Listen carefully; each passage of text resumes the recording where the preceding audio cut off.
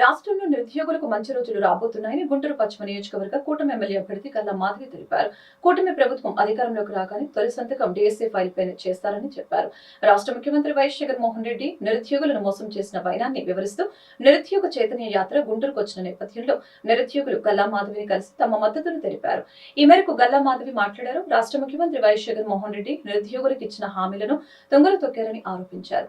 YCP పాలనలో నిరుద్యోగులకు తీరని అన్యాయం జరిగిందని ఆక్షేపించారు.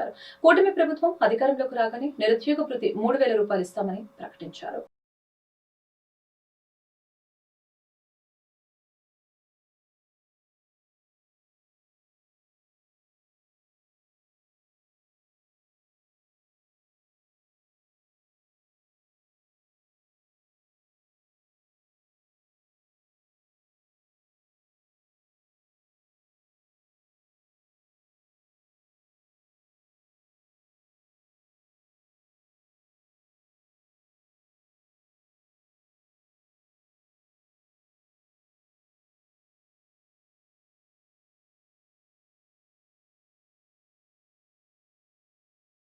అదే విధంగా తెలుగు యువత జిల్లా అధ్యక్షుడు సాయి అన్నకు ప్రత్యేకంగా ధన్యవాదాలు తెలియజేసుకుంటున్నాను.